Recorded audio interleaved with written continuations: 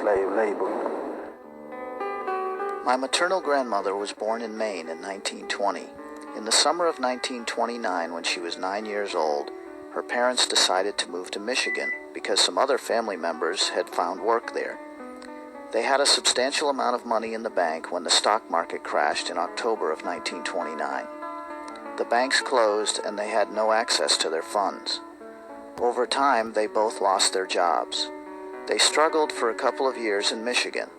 In fact, they lived near a state prison, and my great-uncle told me that he remembered people talking about breaking into the prison because the prisoners were able to get a lot of fresh foods from the gardens that they grew. After struggling for a couple of years in Michigan, my great-grandparents received a letter from a relative in Maine who said that he could provide a job for my great-grandfather in the logging industry.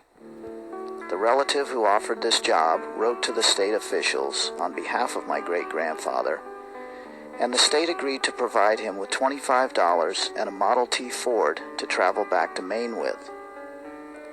It was a journey of mishaps. The Model T Ford that they were given had no fuel pump like modern cars. The gas was gravity-fed into the engine, so that the car had to go up steep hills in reverse.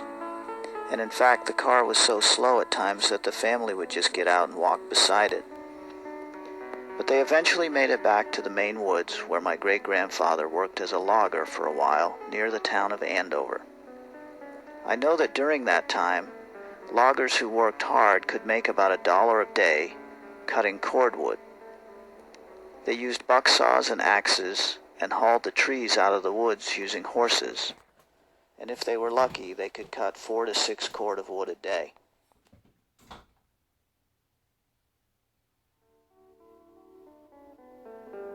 The 1930s was a decade of tremendous technological advancement, and by 1939, over 80% of Americans had a radio set.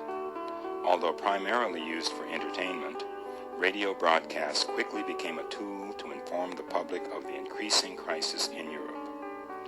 Roosevelt steered a steady course and kept the American audience informed about his plans and progress through a series of radio addresses which came to be called fireside chats. These broadcasts